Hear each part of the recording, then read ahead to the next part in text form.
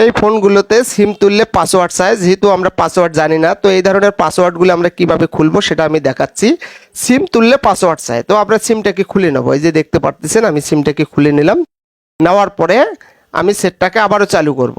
এই যে দেখুন আমি সেটটাকে চালু করব। চালু করার পরে একটা নাম্বার ডায়াল করব আমরা। এই যে দেখতে পারতেছেন আমি সেটটাকে চালু করে নিলাম। নেওয়ার পরে আমি একটা নাম্বার ডায়াল করব, এখানে *2767, এই যে স্টার, এই যে দেখুন 38 এবং 55, তারপরে হ্যাশ। এখানে 1 মিনিট ওয়েট যাবে, অর্থাৎ 1 মিনিট ওয়েট করতে হবে। তারপরে এই যে দেখুন সেটটা বন্ধ করার পরে আবার অটোমেটিকলি চালু হবে। চালু হওয়ার পরে দেখবেন যে এটা ফরম্যাট হয়ে গেছে, সেটটা ফরম্যাট হয়ে গেছে। এই যে দেখুন এখন আবার আমাদেরকে ওই সিমটা তুলতে হবে। এই যে দেখুন আমি সিমটা তুললাম।